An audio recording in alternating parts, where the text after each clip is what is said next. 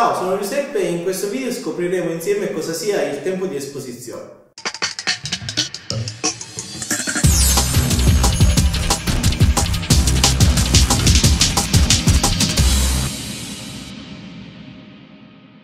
Il tempo di esposizione è, come facilmente intuibile, il tempo in cui il sensore viene esposto alla luce esterna. Essendo un tempo, viene indicato in secondi. Quando si tratta di tempi di esposizione minori del secondo, vengono usate delle frazioni. Per esempio, 1 su 1000 significa che il sensore è esposto alla luce per 1/1000 di secondo, un tempo davvero veloce. La scala standard del tempo di esposizione tra un valore e un altro, cioè tra uno stop e un altro, è il rapporto di 2:1. Nelle DSLR di livello base si parte da un tempo minimo di scatto di circa un 4/1000 di secondo che moltiplicato per 2 dà il secondo stop a un 2/1000, continuando 1/1000, un 500, fino ad arrivare a tempi di 15 o 30 secondi. Alcune macchine fotografiche vi consentono inoltre di scegliere un tempo di esposizione intermedio tra due stop. Di solito è 1/3 del valore, per esempio tra 1/1000 e un 500 vi è la possibilità di impostare anche un 800 e un 640 di secondo.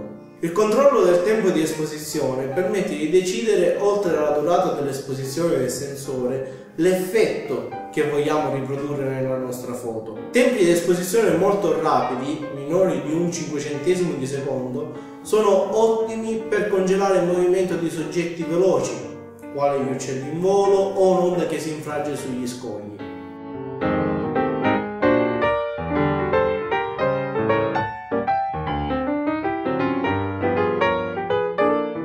Un tempo di esposizione invece compreso tra il millesimo di secondo e un 125esimo di secondo sono ottimi per evitare qualsiasi movimento di una persona in situazioni giornaliere, quindi di congelare il movimento di quella persona nella nostra fotografia.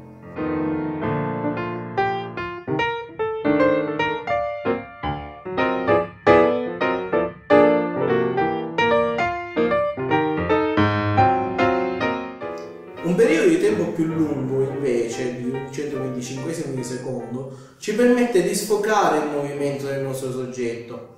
Esempi di ciò sono la tecnica del panning, dove un soggetto veloce, quale una macchina in corsa o un atleta, viene immortalato mentre sfreccia in pista, ma occorre avere anche un certo tipo di obiettivo. Un esempio alla portata di tutti è invece la fotografia di corsi d'acqua o del mare, dove tempi di esposizione estesi permettono di avere il corso d'acqua come se fosse un velo. I tempi di esposizione dell'ordine dei secondi invece sono consigliati per soggetti statici che non sono particolarmente illuminati o se ci si vuole cimentare nell'astrofotografia, nella fotografia di fulmini o di light painting.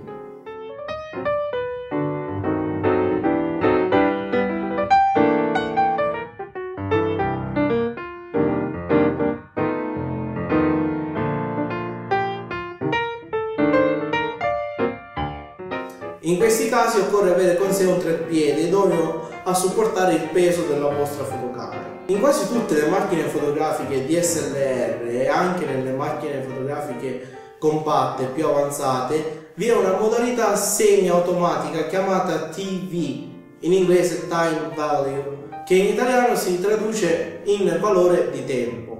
Con questa impostazione siete voi che decidete la durata dell'esposizione e la macchina fotografica regola le altre impostazioni al fine di ottenere una corretta esposizione. Spero di essere stato chiaro, ma se avete dei dubbi non esitate a lasciare un commento. Se vi è piaciuto mettete un mi piace, condividete questo video e se non volete perdervi gli altri video iscrivetevi al mio canale. La prossima volta parlerò del diaframma. Ciao! Ciao, sono Giuseppe e in questo video parlerò delle paure dello scattare manuale e come affrontarle.